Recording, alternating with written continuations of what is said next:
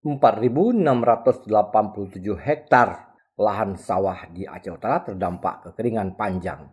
Dari jumlah itu, ratusan hektar lahan telah mengalami puso dan tidak bisa dipanen. Sejauh ini belum ada langkah penanganan yang intensif dilakukan oleh pemerintah agar dampak tidak semakin meluas.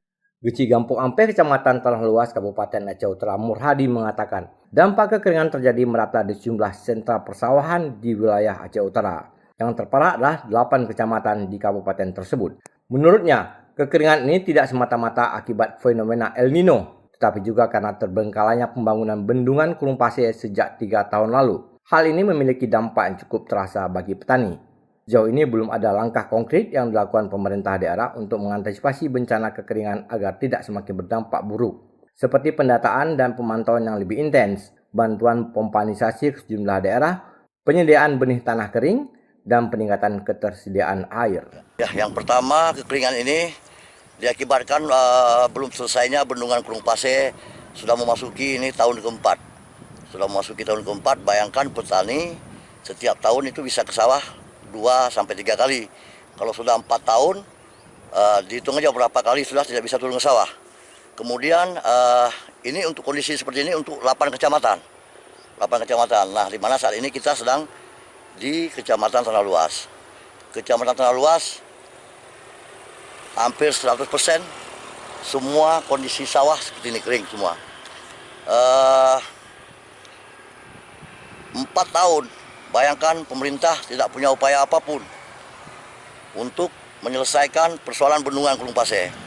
Malahan pemerintah tidak pernah berpikir bagaimana kondisi masyarakat saat ini, khususnya masyarakat petani.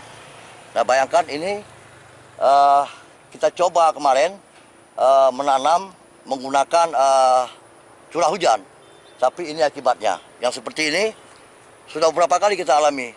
Ini bukan hanya kerugian padi mati. Dana yang kita keluarkan per rantai ini mencapai 300.000 untuk upah traktor, bibit, belum lagi tanam. Ya kita mengharapkan curah hujan, tetapi sudah beberapa kali kita memanfaatkan curah hujan. Nah, kejadian seperti ini, padi belum sempat keluar, udah mati semua, kering. Nah, nggak ada upaya apapun daripada pemerintah. Saya lihat sudah 4 tahun.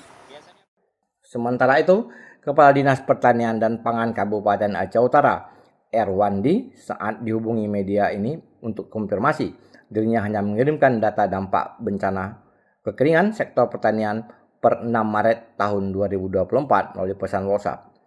Dari ribuan hektar sawah yang ditanami di musim tahun ini, 70% diantaranya mengalami gagal panen. Sebagian petani juga terpaksa panen lebih cepat karena mengantisipasi kegagalan panen jika menunggu lebih lama. Dari Aceh Utara, Syepul Bahri melaporkan untuk Puja TV Aceh.